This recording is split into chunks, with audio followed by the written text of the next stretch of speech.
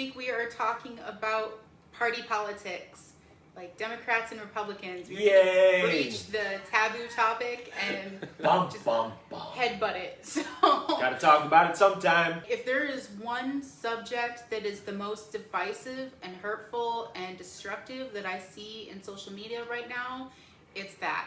I can tell you immediately that someone watches Fox News all the time and only if they are constantly posting about how liberals are to blame for things.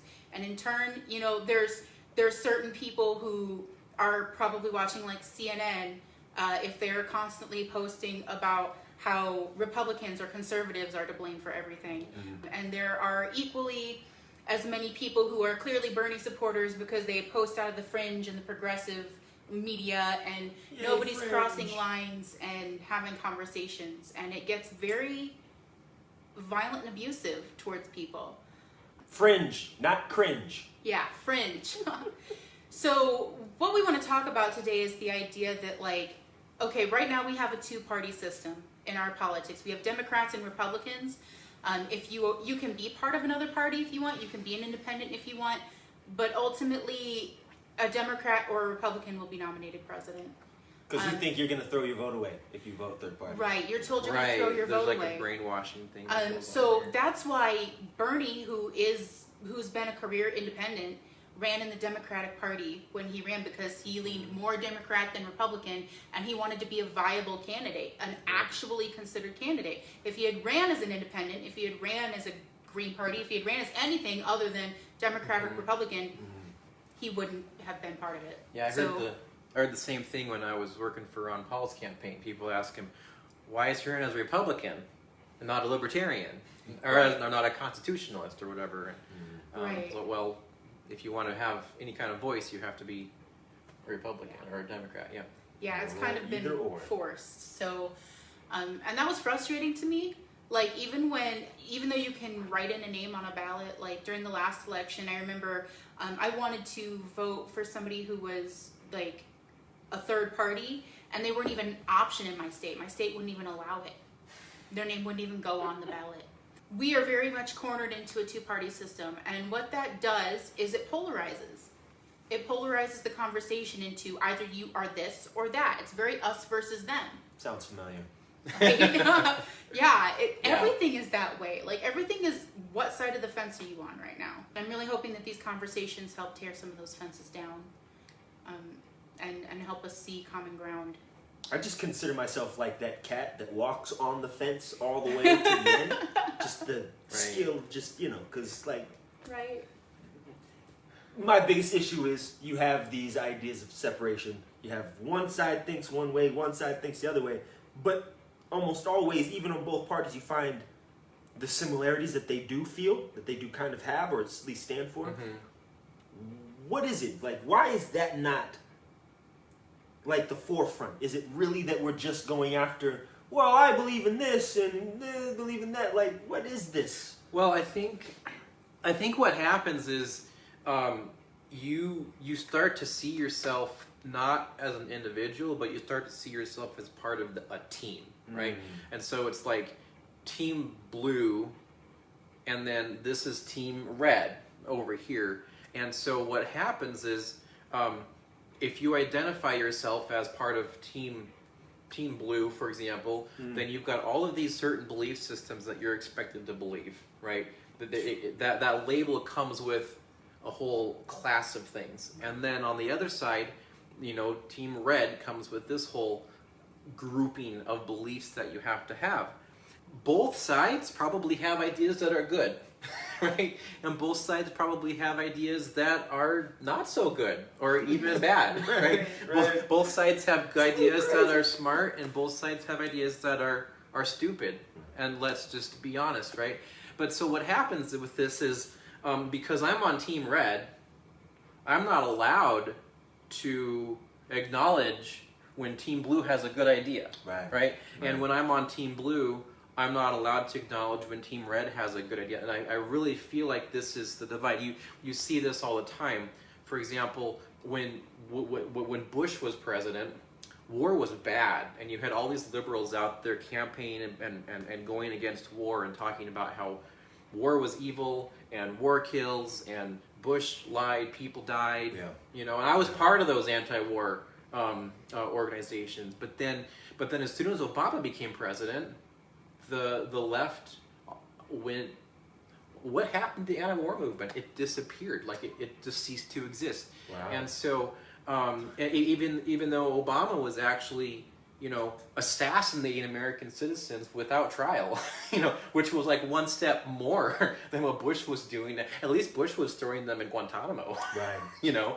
Right. Also, not a great thing. Right, like we're like the, you know, and two wrongs don't make a right. Right, and then we see the same thing with Republicans, where like they claim to be fiscal conservatives, they claim to believe in small government and free markets.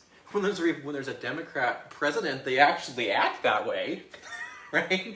But as soon as there's a Republican president, then you know again, the same thing with Bush when he was president. Yeah. All of a sudden, they're supporting, you know, the Medicare prescription drug coverage bill and things. I'm not making any judgments in this statement about whether that expansion was a good thing or not. But if you believe in small government and you believe in fiscal responsibility and you believe in low taxes and all of those, you know, good, in my opinion, good things, why would you tolerate that from the president, and why would you vote for it and actively campaign for it? You know, why would you support bailouts if you don't believe in corporate welfare? You know, just because your guy's the guy in the White House instead of the other team's guy, right?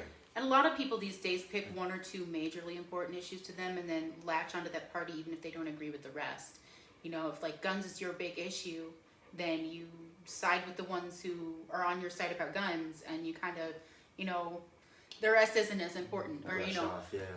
But to me, like, this is part of why I'm an independent, because I identify the need to observe all of the parties and think for myself.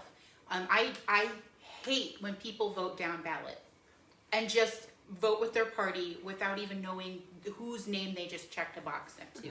Like, that really irritates me, because you know nothing about their morals or values. They could have just decided to jump onto that bandwagon to get credibility and then be completely opposite to everything you want done and believe. But you're a Republican, they said Republican, okay. That's or, you know, Democrat. But, you know, I feel like, to me, what I have noticed is that the left, the liberals, the Democrats, whatever you want to call it, at the core of their heart issues, because everybody comes to their belief about, based on personal experience, on how they see the world. The left is very much about we, and it's also about more government. They're okay with having laws for the sake of the whole. But a lot of the things that people who latch onto being Democrats are about is about social welfare, taking care of the poor, having programs in place for people in need, supporting that everybody has equal rights. And those are all good issues to talk about. They are just choosing to use the government to accomplish it. And that's their worldview and viewpoint. So then you have this other side that is your Republicans, your conservatives, your whatever party label you want to call it. And they're all seem to be about the I. So if Democrats are about we, Republicans are more about I. And again, it's not necessarily that they're trying to come from a hateful place when you really actually get into hearing this other side. But it seems to be more focused on personal responsibility, personal freedom, personal rights.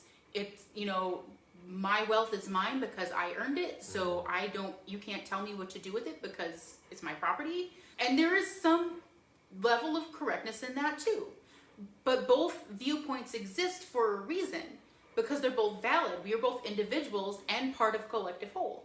And so what I end up seeing is a lot of this one way or the other thinking, when in reality we need to hear both sides and find a way that acknowledges both without being so polarized. So that's part of why I'm an independent. I know you're a libertarian. And when we talked about this last time, found out I'm a constitutionalist. Yeah. But that's, for me, it's it goes back to, you have, say, the Republicans who, they have this, it is the me, and the foundation of, I built this wealth for me, my family, and my offspring, don't tell me what to do with it. And I'm here like, well, but you made your wealth in America, you owe it to America to reinvest in America.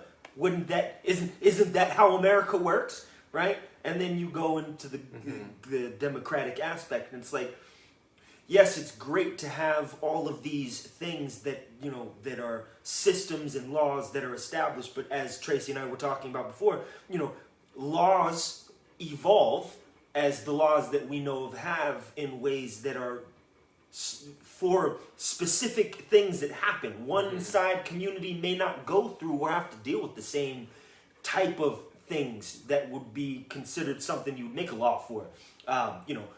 Can't mow your lawn on Sundays. Why? Because a church, or because somebody has a guy who has a lawn that's across the street from a local, like just strange laws that are out. You can't wear, yes, you can't wear a duck on your head.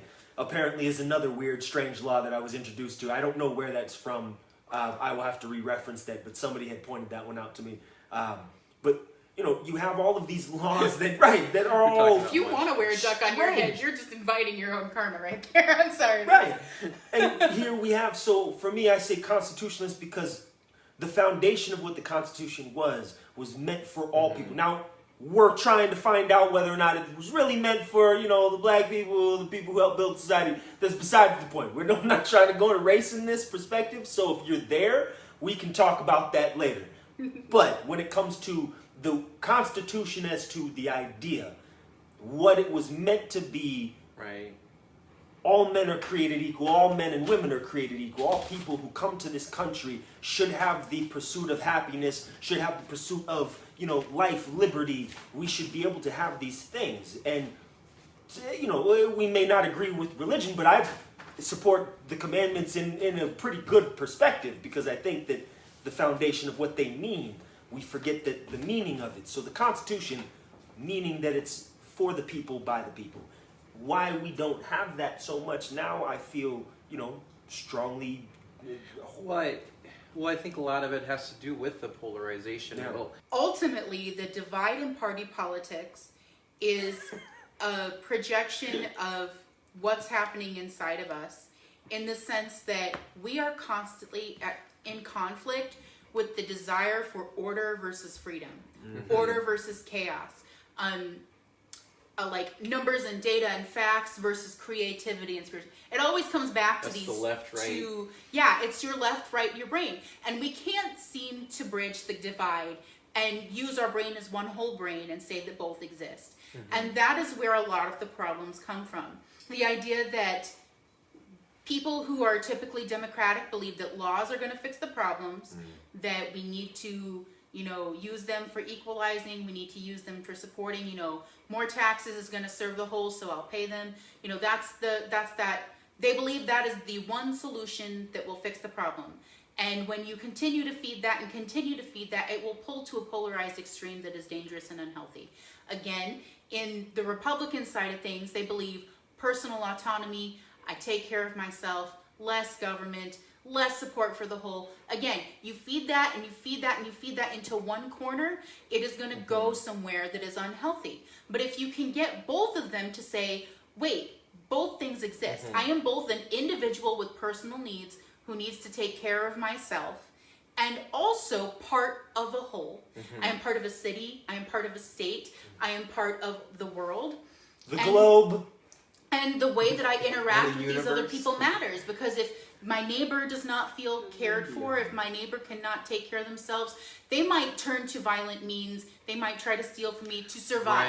Right. So we have an invested interest in the whole as well as in ourselves. And both can exist and both can be balanced if we're willing to acknowledge the other side and come together instead of push apart.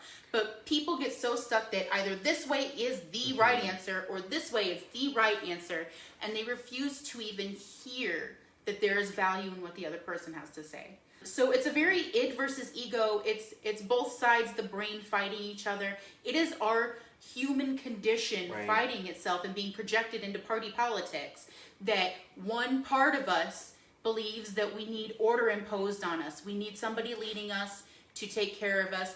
And there's another part of us that says, I can do this myself. Mm-hmm. I don't need other people to govern me. Right.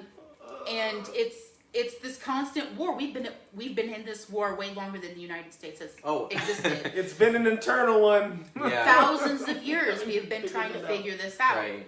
That's the split mind, you know, that comes up when I'm doing body talk sessions sometimes. But like you have the left side of the brain that has a desire for freedom, and you have the right side of the brain that has a desire for emotional security.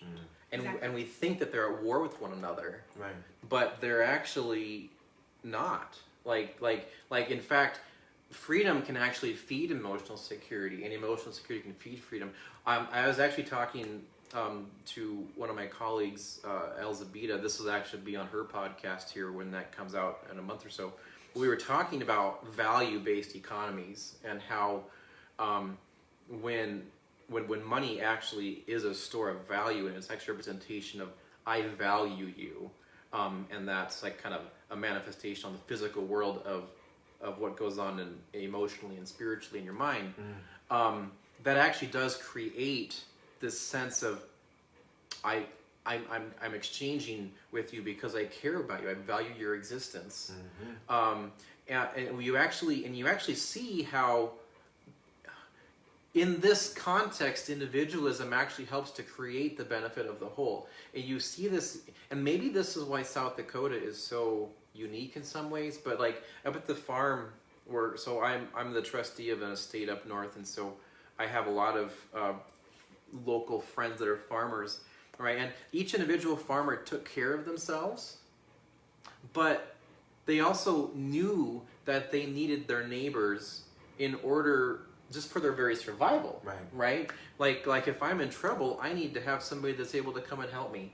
So there was a vested interest, a vested rational, selfish interest even, in making sure that your neighbor was healthy, right? And that actually creates, and even today, those farming communities are super tight-knit.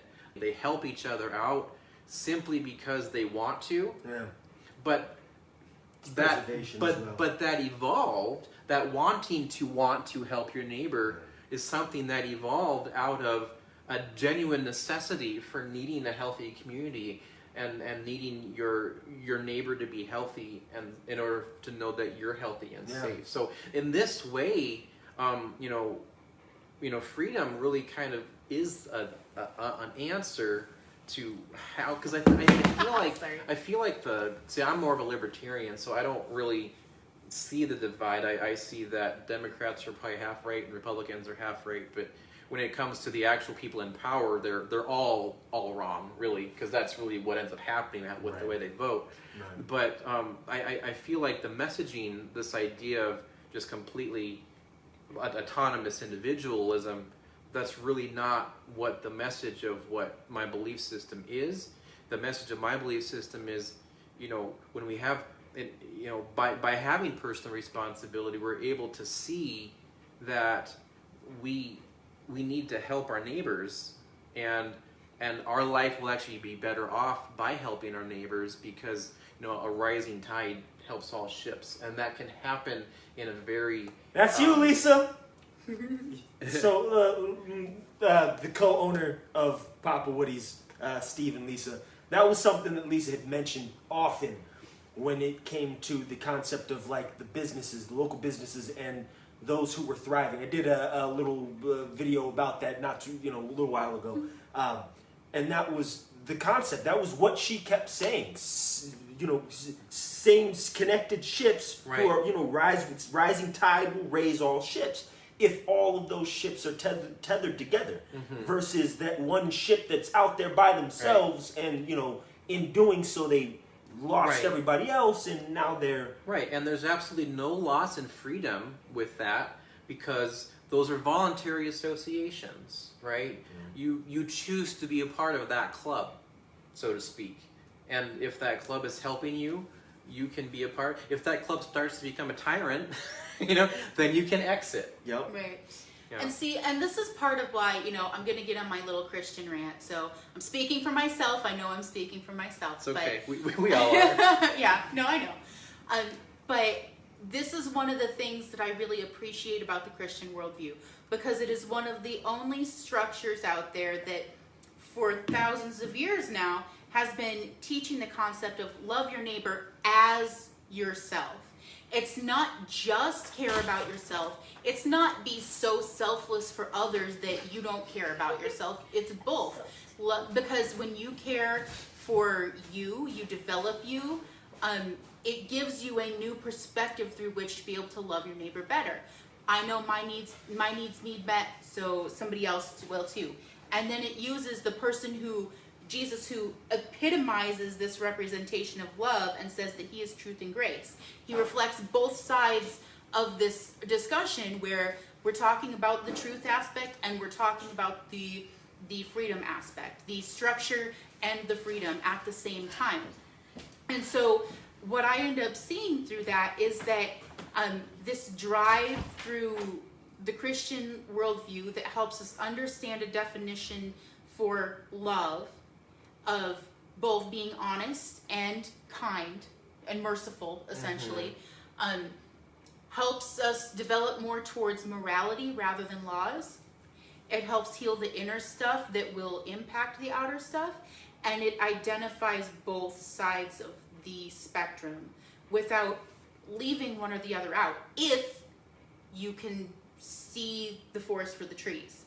And the trees for the forest. A lot of people who read it and they see only the forest or only the trees. I don't want to dive too far into it, given that we will probably be diving into having that conversation. Yeah, it'll be another later. day, but I feel that there is the morality, the sense of morality somehow has to come from a divine place, which I don't see that being the case, given that most mothers are naturally compassionate, given that all of the things in place being the needs that one would need.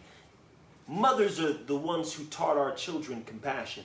And it wasn't until recently in America and established kind of the situation, some of these things, it's not just us though, other countries in these places, but besides the point. Chaos is freedom. In a way. Chaos is freedom, and in the freedom... It is complete, unrestricted freedom. It is complete, unrestricted freedom. It is our creative nature that brings order out of that chaos, because the creative nature that we have is what allows us to manipulate and shape the things that are in this chaotic nature for us to be able to maneuver our way through the rest of the world. So, again, going back to the complete uniqueness of each individual as we all have a belief system that we use to negotiate the world that we see in front of us. You know, I had my beliefs at the age of 10, and then I moved forward, and those things that I have learned have helped me better understand some of the world at large. Does that mean what I believe would work for you? No, probably wouldn't. But that doesn't mean that what we see and what we have, what we learn from our mistakes, from our downfalls, from just the happenings, aren't something that we can't learn from. And I think that's a big thing right now, is like here we look at the police force. We were talking about if a group comes up to a point where there becomes tyranny, should you leave the group or should you put that tyranny out on display? Why are not the police officers in the police forces bringing out their dead, so to speak? I mean, why are they not airing out all their laundry? Why are they not getting rid of the people who are causing the problems, who they know are the issue? Why are we not vetting our own in a community that I find would be best suited, especially communes, where you have people who are together as a community? If anything happens, they get called out. You get pulled out, and that's like... Back on the Western frontier, so the Wild West wasn't so wild if you actually go and actually study the history of it.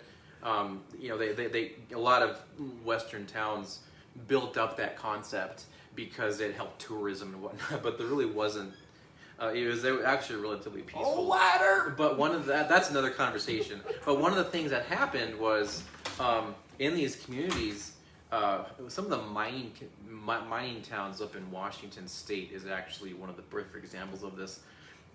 Everybody went and did their gold panning, and they got gold, and they didn't even lock their tents. They didn't even shut their tent doors.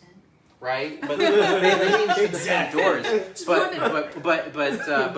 But some people that were there, they actually talked to the miners that were there, and they're wanting to know maybe they were wanting to find out how you keep things secure. It's like, well, if somebody gets caught stealing, they're forced to leave the village. They're not allowed to be here anymore. Yeah. That's not coercive. You're not putting anybody in a cage. You're not shooting anybody. They're ostracized from the community. But you know what? Being ostracized and being forced to live on your own as an autonomous individual, like what a lot of people think libertarianism means, that in a lot of ways that was kind of almost a death sentence. Yeah, you need the community. Right. Yeah. And so in some sense and so because there was this innate understanding of needing the community, that was a very non-coercive legal system that worked for quite a long time. So there's examples of how we can do a lot of these things. Yeah. We weren't really gonna get into how law and order and security can be done without the state in this conversation, but we kind of it kind of comes up because you're Planting talking about seeds.